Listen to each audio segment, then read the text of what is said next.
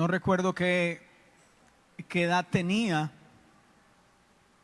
no sé, no recuerdo, 15 años, 16 años, eso hace poquito.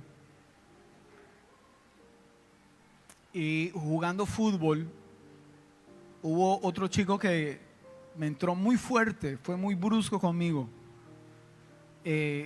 Bueno, identifiqué después que no era que el tiro a agredirme, sino que no fue brusco. Y mi reacción en ese momento fue tomarlo del cuello y pegarlo así contra el piso. Yo quería ahorcarlo. Y él, del desespero, en su defensa, lo que vio más fácil fue morderme el cachete. Nadie me había besado así antes.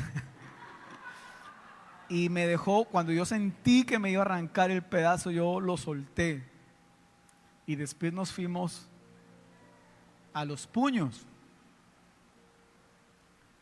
Entonces, el domingo, Dios nos hablaba a través de la palabra de que hay dos tipos de personas: las personas necias y las personas sabias. ¿Cierto que sí? Y que la persona necia, dice la palabra de Dios, da rienda suelta a toda su ira. Esa es una característica del necio. Pero que el sabio, dice, al fin logra sosegar la ira. Entonces el necio busca desahogar su ira, mientras que el sabio busca sosegarla, aplacarla. ¿A qué tipo de persona pertenece usted? ¿Necios o sabios? Yo fui necio en mi comportamiento en ese momento. Posteriormente yo me encontré con ese chico y le pedí perdón, nos perdonamos y bien. Pero hemos venido hablando acerca de un tema que parece minúsculo, pero que no es tan minúsculo, y es el tema de la ira. ¿Aló? El tema de la ira. Y he titulado a esta palabra, la he titulado prontos y tardos. ¿Y por qué la titulo así? Bueno, la titulo así basado en la carta que escribió Santiago. En el capítulo 1, el verso número 19, donde Santiago dice: por esto, mis amados hermanos, todo hombre, ¿para quién es esto que se va a decir? Para todos, y eso ahí incluye pues hombres y mujeres. O sea, todo ser humano sea pronto para oír, tardo para hablar y tardo para airarse. ¿Cuántas veces está ahí la palabra pronto? Una vez. ¿Y cuántas veces está la palabra tardo? 2 veces. Y dice que debemos ser prontos ¿para qué? Para oír. Hay gente que es muy buena para oír, otra gente que no es buena para oír. Entonces dice que seamos prontos para oír, pero que debemos ser también ya no prontos sino tardos para hablar y tardos para airarse. Y veíamos que una de las características que Dios tiene es que Dios es tardo para airarse, que Él es lento para la ira. ¿Decimos amén? Hace 8 días yo prediqué una palabra titulada detonantes de la ira de Dios, porque Dios también se aira, pero su ira es una ira justa, es una ira ligada con el amor, es una ira en su justa proporción. Y vimos que hay varios factores que detonan la ira de Dios.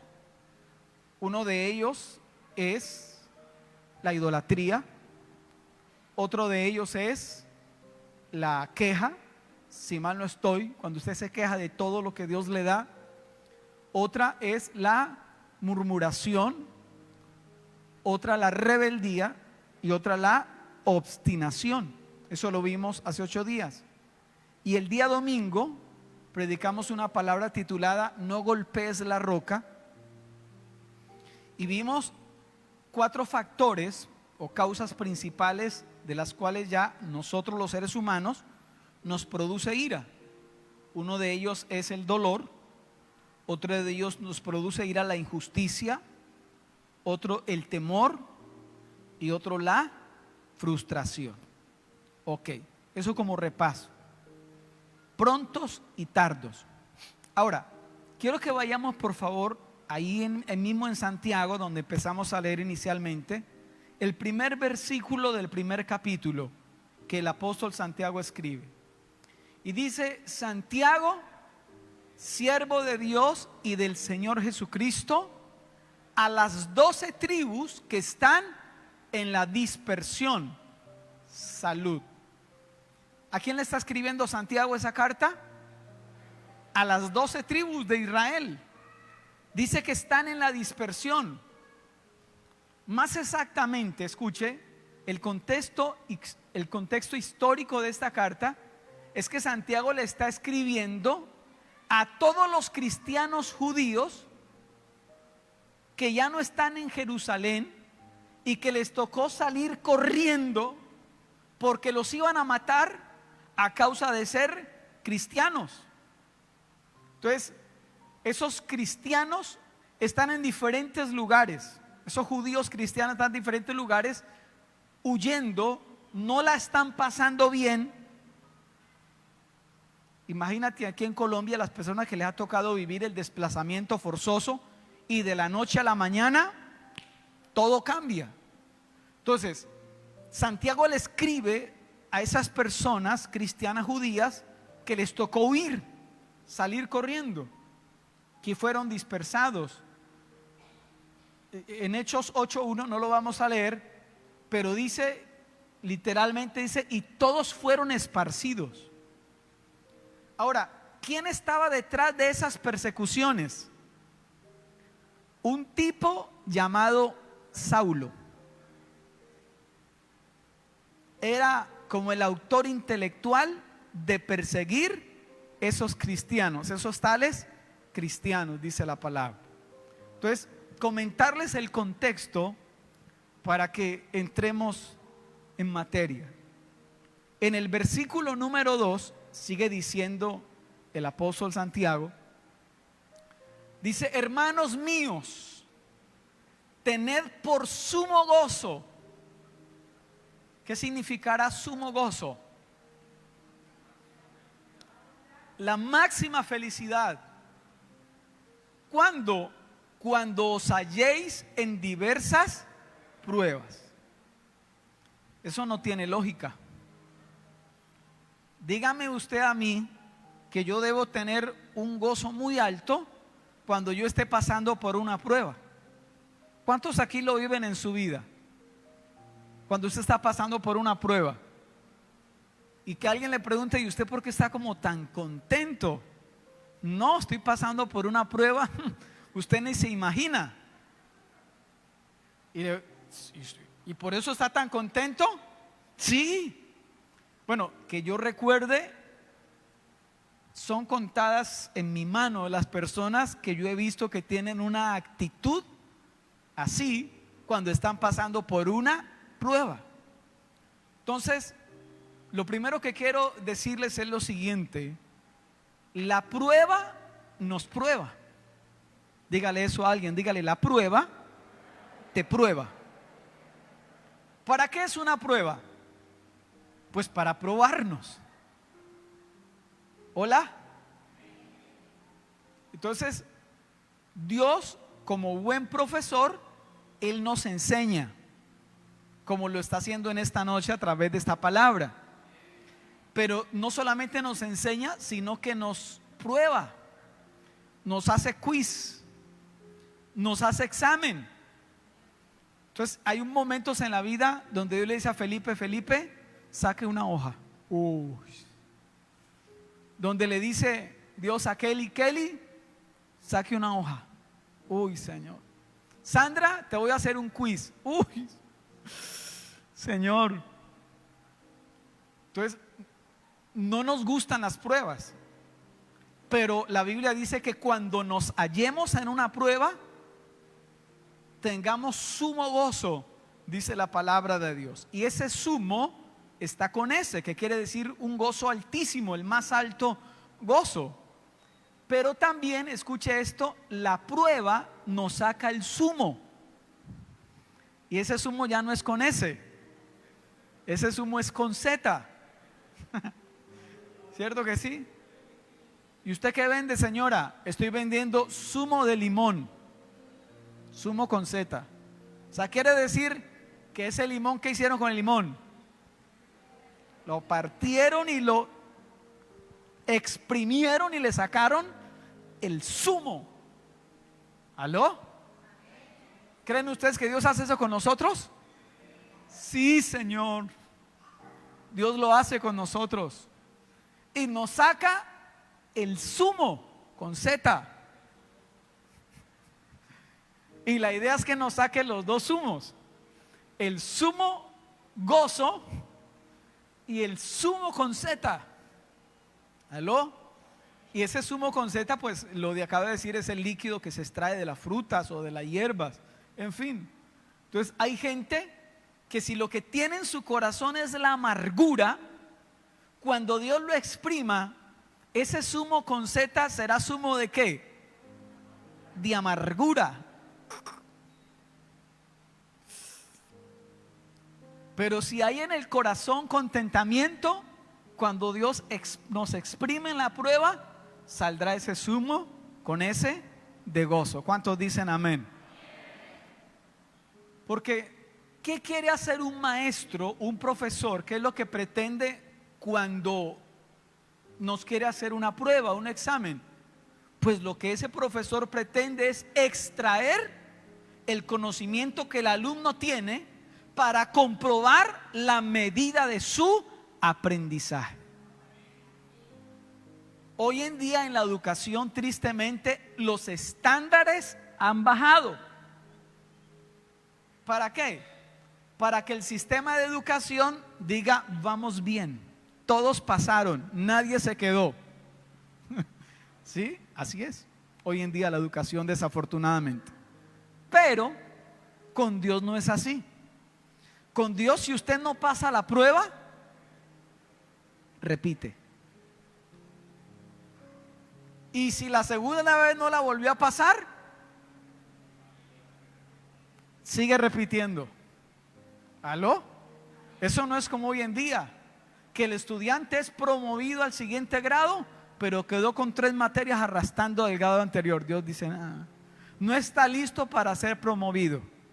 Levante su mano derecha y diga, Dios, que cuando llegue tu prueba, yo sea aprobado.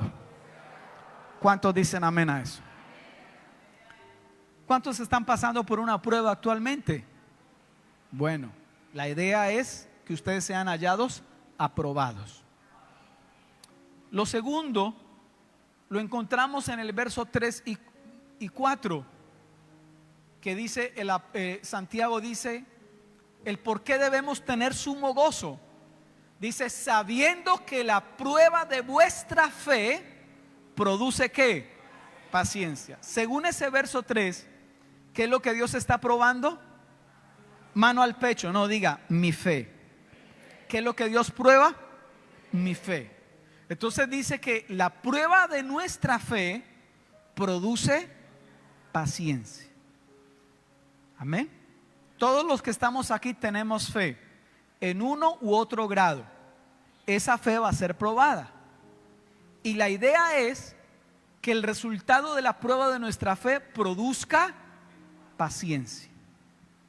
El verso 4 sigue diciendo, mas tenga la paciencia su obra completa, para que seáis perfectos y cabales, sin que os falte cosa alguna, dice la palabra de Dios. Amén. Entonces ya está claro que todos vamos a ser probados. A las mamitas y papitos sobreprotectores, con usted o sin usted, sus hijos también van a ser probados. ¿Hola? Sí, así es. ¿Qué le vamos a hacer? ¿Por qué? Porque Dios quiere también que sus hijos crezcan en paciencia.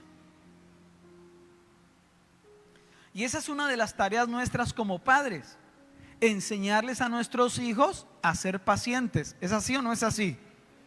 No es sano cuando un padre de familia le corre a todo lo que el chino quiere. O si no me hace, ¿y usted por qué le suelta el celular? Ay, para que se calle. Ay, porque me tiene loca. ¿Qué pecado de usted? Hay que enseñarle a los hijos que la frustración también hace parte de la vida, que el esperar hace parte de la vida, que las cosas tienen un proceso. ¿Alguien diga amén a eso? Entonces, aquí en los versículos que acabamos de leer podemos sacar estos. Segundo, el fruto de la prueba debe ser la paciencia. El fruto de la prueba debe ser ¿qué? La paciencia.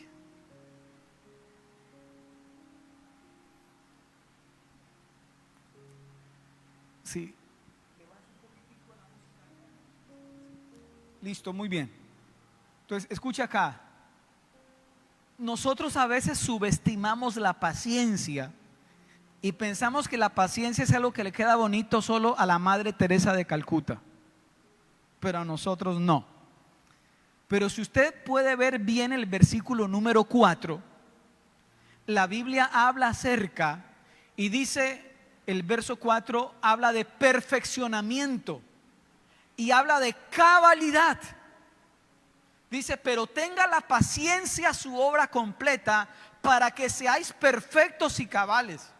Así que la paciencia no es algo que se deja en un rincón para gente que subestimamos o para gente que creemos que es débil. Todo lo contrario, en Dios la paciencia es para gente que ha sido madurada, procesada, que ha pasado la prueba y que ha aprendido que el resultado de la prueba de la fe es la paciencia. ¿Cuántos dicen amén a eso? La paciencia. La paciencia.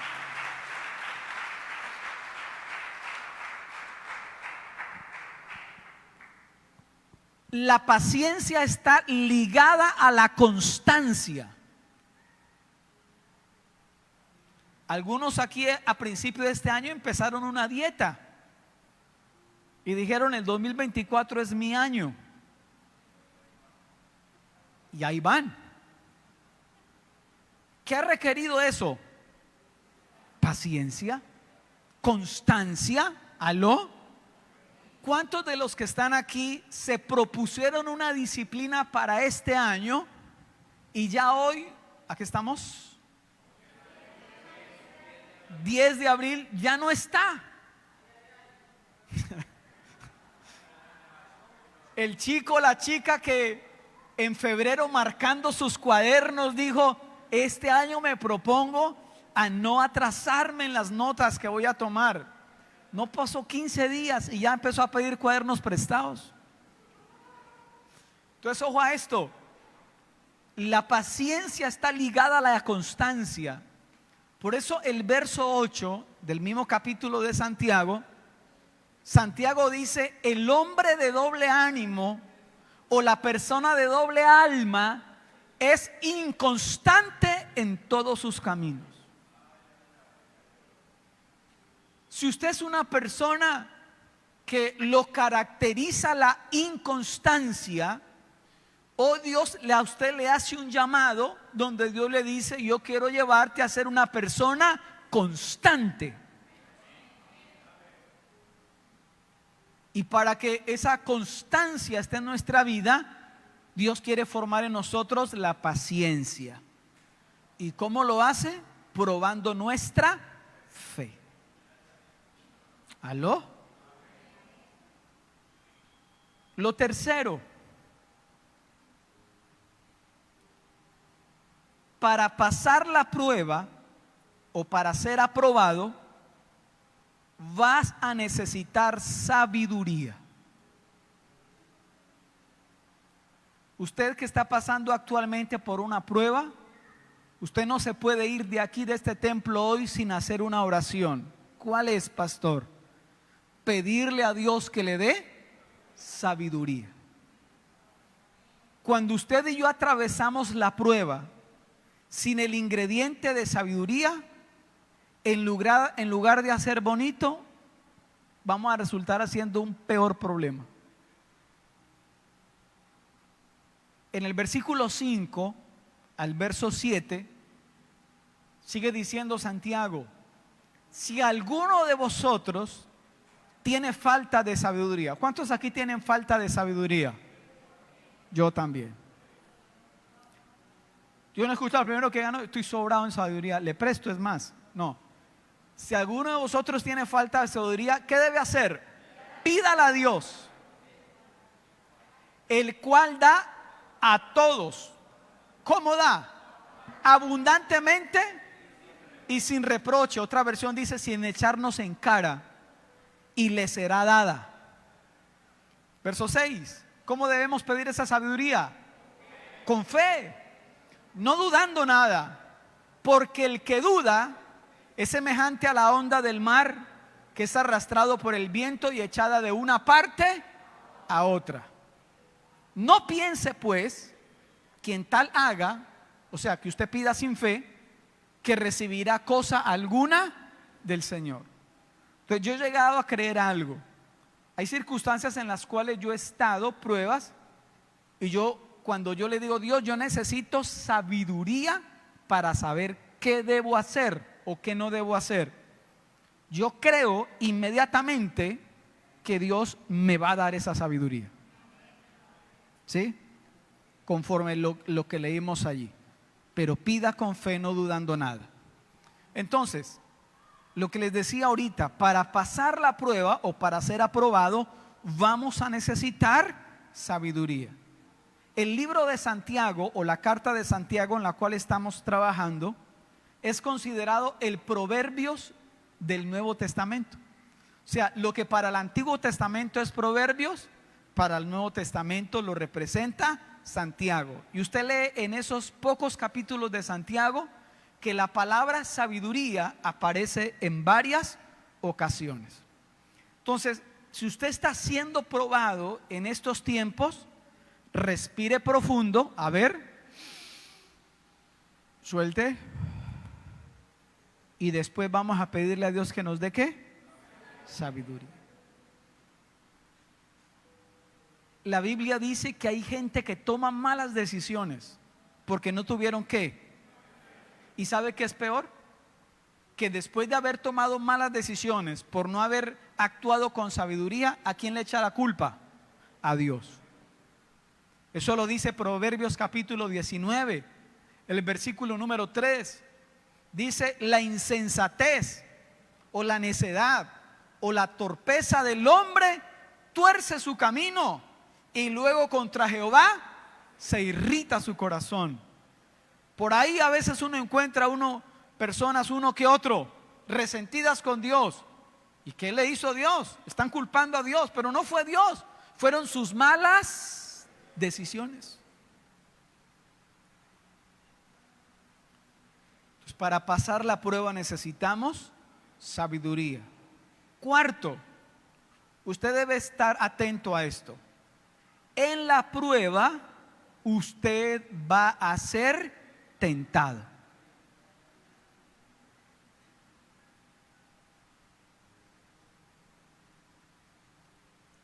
¿Quién lo prueba a usted? Dios. ¿Y quién lo tienta a usted? El diablo. Dios no lo va a tentar porque la Biblia dice que Él no puede ser tentado, ni Él tienta a nadie, pero Él sí nos prueba. Dios sí nos prueba. El diablo no nos prueba, el diablo nos tienta. Ahora mire lo que dice el versículo 12. Vamos al versículo 12. Léalo conmigo toda la iglesia y los que están allá en casa también. 1, 2, 3. Bienaventurado el varón que soporta la tentación, porque cuando haya resistido la prueba, recibirá la corona de vida que Dios ha prometido a los que le aman. Ahí hay esas dos palabras están ahí: el que soporta la tentación y el que resiste la prueba. Mire que están ahí en el mismo versículo, tentación y prueba. Pero sigue leyendo el verso 13. Cuando alguno es tentado, no diga que es tentado de parte de Dios, Porque Dios no puede ser tentado por el mal, ni Él tienta a nadie. Y el 14 dice, sino que cada uno es tentado cuando de su propia concupiscencia es atraído y seducido, dice la palabra de Dios. Entonces, escuche esto.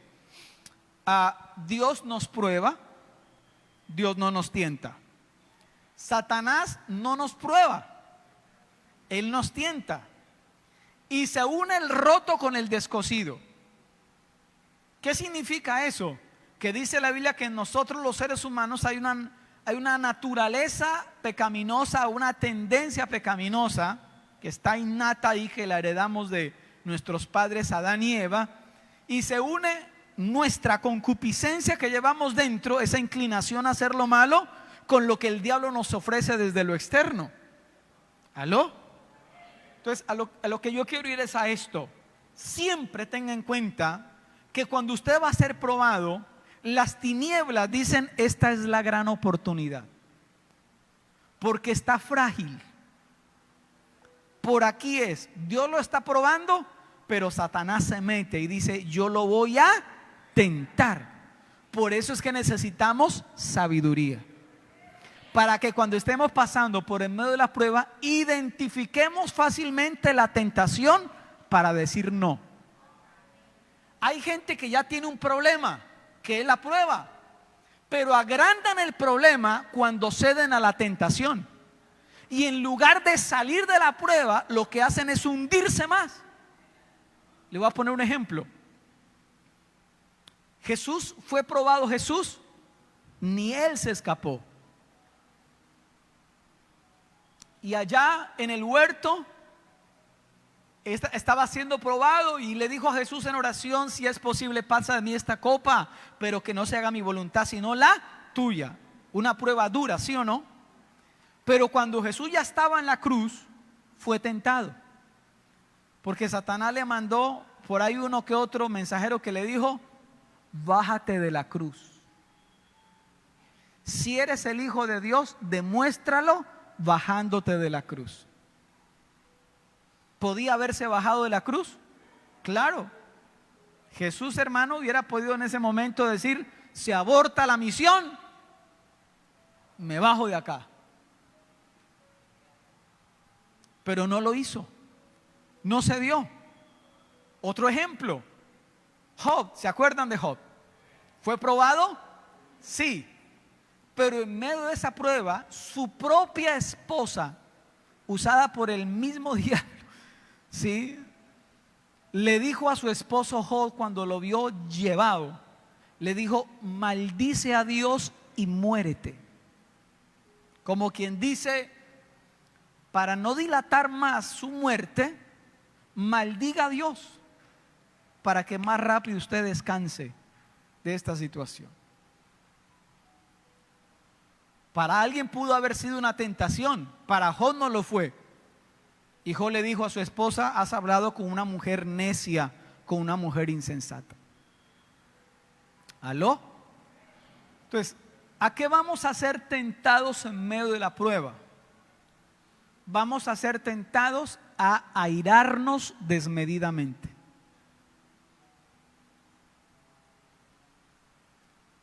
Pregunto yo, no sé a cuánto les sucede que cuando están pasando por la prueba son más susceptibles a airarse fácilmente. ¿Alguien? Momentos donde la familia dice: pues, ¿qué le pasó? ¿Qué reacción fue esa?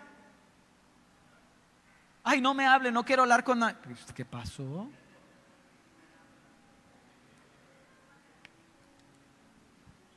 Ay, no estoy para nada, déjeme solo, déjeme solo.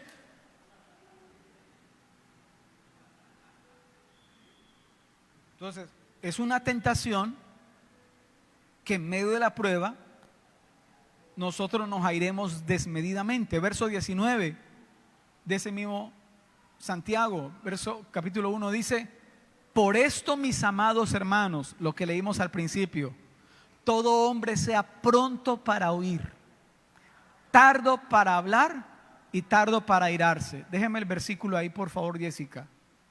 Ahí hay un conector, si usted lo puede ver. El conector es la frase por esto.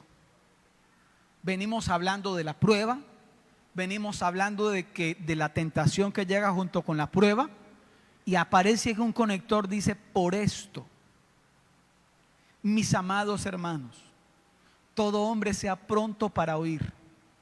En medio de la prueba, hable menos. En medio de la prueba, escuche más. Sea pronto para oír, tardo para hablar y tardo para airarse. Hola. En medio de la prueba no solamente vamos a ser tentados a airarnos, sino también vamos a ser tentados a tomar justicia por nuestros propios medios. ¿Cuántos aquí han sentido esa tentación? Yo la mato, pastor. Yo mato a esa desgracia. Espere y verá.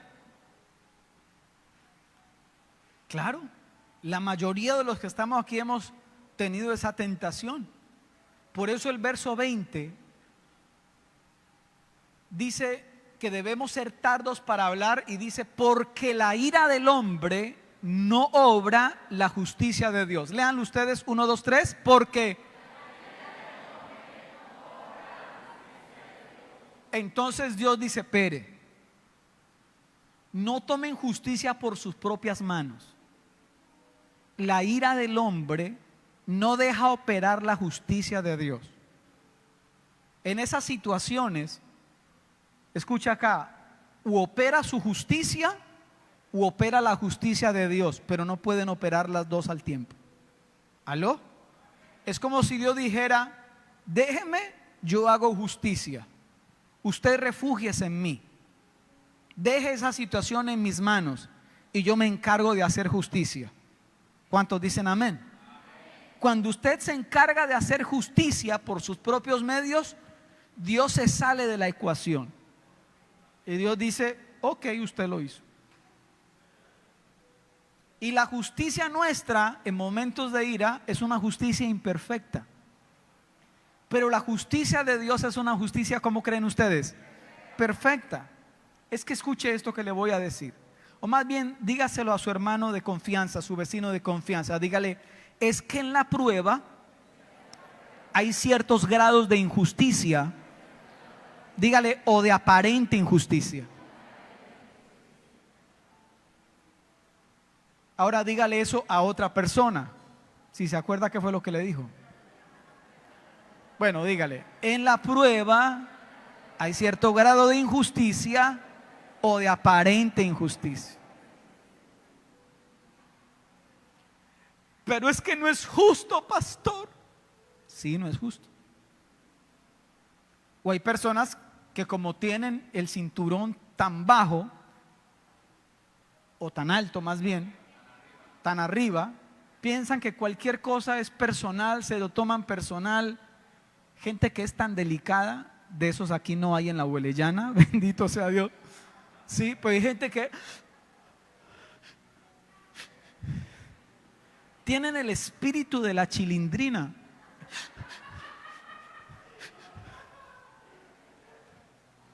Y para ellos cualquier cosa es una injusticia.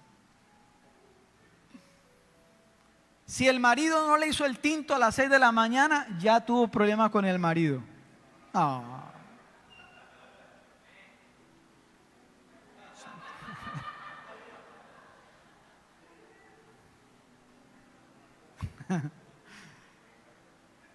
Entonces, ojo acá, vuelvo y digo, en la prueba hay cierto grado de injusticia o de aparente injusticia. Yo le pregunto algo, acuérdense que yo les conté cuál era el contexto histórico de todo esto.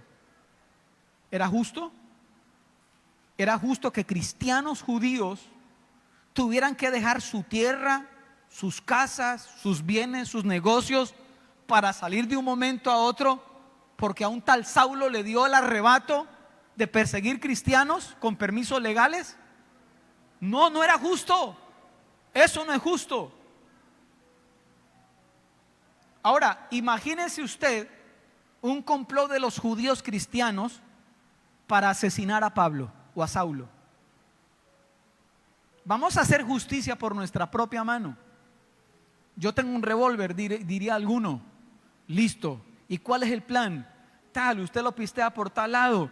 Vamos a matar, a asesinar a Saulo. Ellos pudieran haber hecho algo así. Vamos a quitarnos de encima del problema y a tomar la justicia por nuestras propias manos.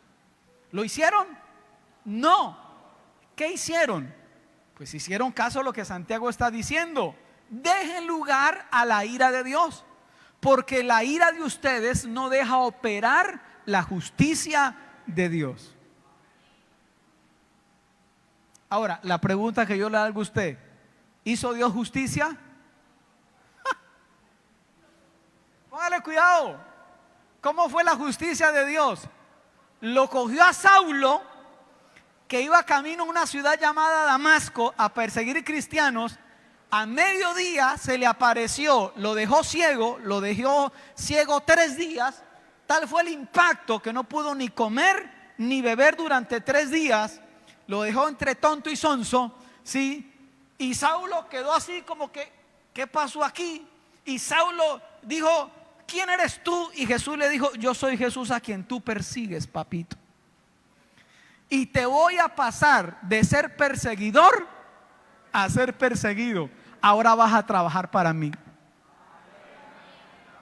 ¿Qué hubiera pasado si estos cristianos judíos se le hubiera dado por asesinar a Saulo?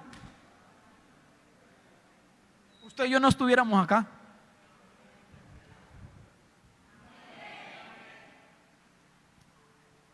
Cuando yo pregunto, usted diga perfecta.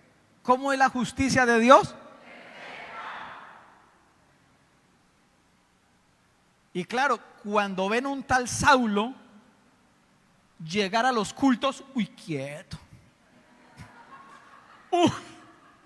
Lo que no sabían era que había tenido un encuentro con Jesús y que ahora ya no era el perseguidor, porque Jesús le dijo: te voy a enseñar lo que es padecer por mi causa. Y cuando la gente se dio cuenta de la obra de justicia de Dios, se quedaron asombrados. Y Dios dijo: no contaban con mi astucia.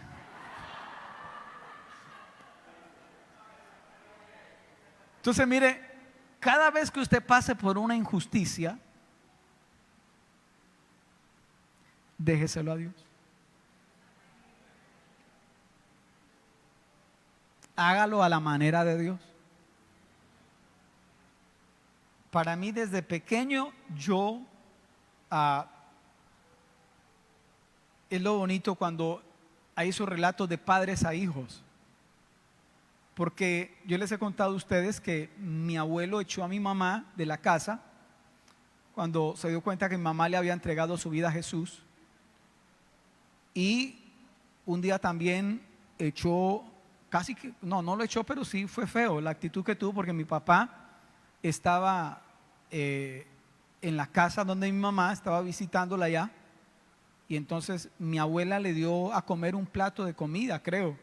Entonces mi abuelo llegó y le dijo: vos es que no puedes pagar un restaurante, no puedes pagar un hotel.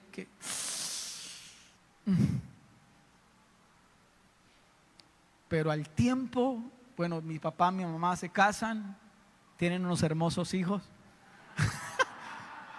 dice la leyenda. Y viviendo en Medellín, en Bello, en el municipio de Bello, en el barrio Niquía, un día mi abuelo, después de muchos años, llega allá pidiendo posada, porque el carro, el camión que él manejaba se había quedado varado cerca y no encontraba un repuesto, no sé qué pasaba. Entonces tocó a la puerta de la casa y el que le abrió fue mi papá. Entonces, hombre Gilberto, hombre, ¿será que vos me podés dejar aquí? Claro, don Álvaro, bien pueda, siga. Y el final de los días de mi abuelo fue en la casa donde mis papás, y mi papá por muchos años le cocinó a mi abuelo. Entonces, ¿no es perfecta la justicia de Dios?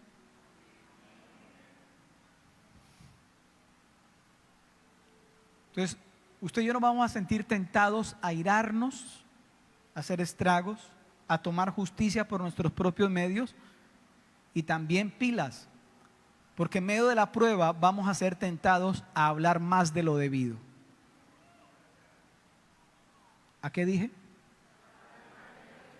¿Alguna vez usted en medio de una prueba ha hablado más de lo debido? Mire lo que dice el versículo número 26. Si alguno se cree religioso entre vosotros, estamos hablando del mismo Santiago, y no refrena su lengua, sino que engaña su corazón, la religión del tal es vana.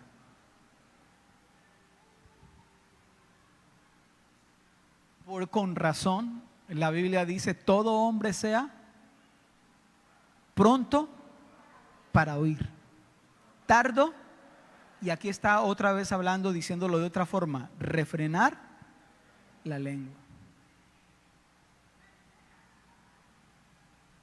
¿Difícil? ¿A lo bien? Sí. Porque usted lo que quiere es decir hasta mico, usted lo que quiere es hacer quedar mal a esa persona, usted lo que quiere, bueno, usted quiere hacer muchas cosas, pero Dios a usted hoy le dice, refrene su lengua.